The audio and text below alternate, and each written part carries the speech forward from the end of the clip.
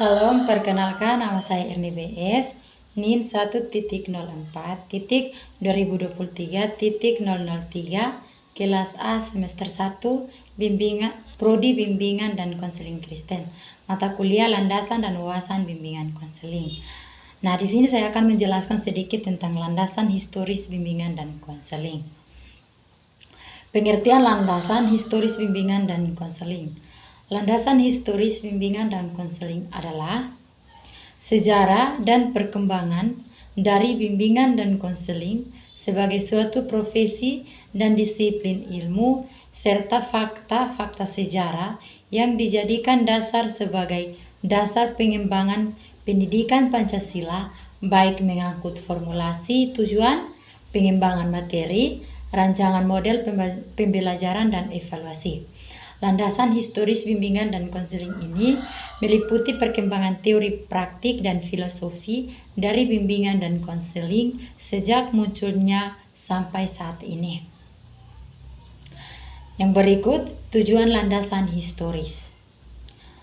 Landasan historis dijadikan landasan pendidikan karena pendidikan masa kini tidak terwujud begitu saja secara tiba-tiba, melainkan merupakan kesinambungan dari pendidikan masa lampau dan sebagai basis untuk mengembangkan pendidikan Pancasila, termasuk formulasi tujuan, pengembangan materi, dan membantu perkembangan diri secara optimal sesuai dengan tahap perkembangan dan predisposisi yang dimilikinya. Berikut lagi perkembangan bimbingan konseling dari awal Amerika Serikat sampai Indonesia.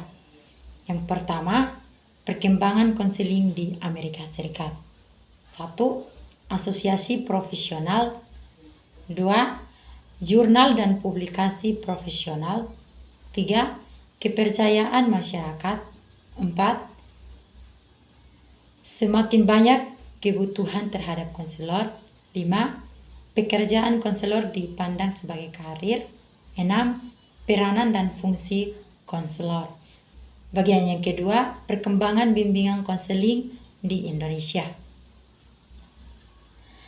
Perkembangan konseling di Indonesia sejak tahun 1960 dengan diadakan konferensi Fakultas Keguruan dan Ilmu Pendidikan disingkat FKIP yang kemudian menjadi IKIP di Malang pada tanggal 20-24 Agustus pada tahun 1962 dengan adanya sistem pendidikan di tingkat SMA, yaitu perubahan menjadi SMA gaya baru, merupakan perubahan sistem penjurusan pada awal dilakukan pada kelas A menjadi kelas 2.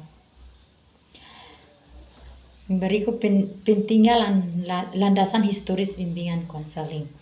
Landasan historis bimbingan dan konseling sangat penting karena memberikan pemahaman tentang perkembangan dan evolusi bidang ini dari masa lampau hingga saat ini.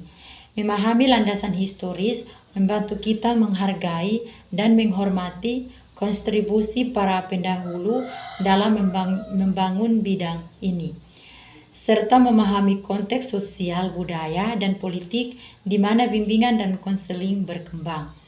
Berikut adalah beberapa alasan mengapa landasan historis bimbingan dan konseling itu penting. 1. Memahami perkembangan konsep dan teori. Landasan historis membantu kita memahami bagaimana konsep dan teori dalam bimbingan dan konseling berkembang dari waktu ke waktu. Misalnya, kita dapat melihat bagaimana pendekatan psikodinamik Freudin berkembang menjadi pendekatan kognitif behavioral yang lebih berfokus pada solusi. 2. Menghargai peran tokoh-tokoh penting. Landasan historis memungkinkan kita menghargai peran tokoh-tokoh penting dalam perkembangan bimbingan dan konseling. Misalnya, kita dapat mempelajari tentang kontribusi Carl Rogers dalam mengembangkan pendekatan konseling humanistik. 3. Memahami konteks sosial dan budaya. Landasan historis membantu kita memahami konteks sosial dan budaya di mana bimbingan dan konseling berkembang. Misalnya, kita dapat melihat bagaimana perubahan sosial dan politik mempengaruhi pendekatan dan praktik dalam bimbingan dan konseling. Yang keempat, menghindari kesalahan masa lalu. Memahami landasan historis membantu kita menghindari kesalahan yang telah dilakukan di masa lalu. Kita dapat belajar dari kegagalan atau kekurangan pendekatan sebelumnya dan mengembangkan pendekatan yang lebih efektif dan responsif. Yang kelima, mengembangkan identitas profesional. Landasan historis membantu kita mengembangkan identitas profesional dalam bimbingan dan konseling. Dengan memahami sejarah dan perkembangan bidang ini, kita dapat mengartikulasikan nilai-nilai, etika, dan prinsip-prinsip yang mendasari praktik kita.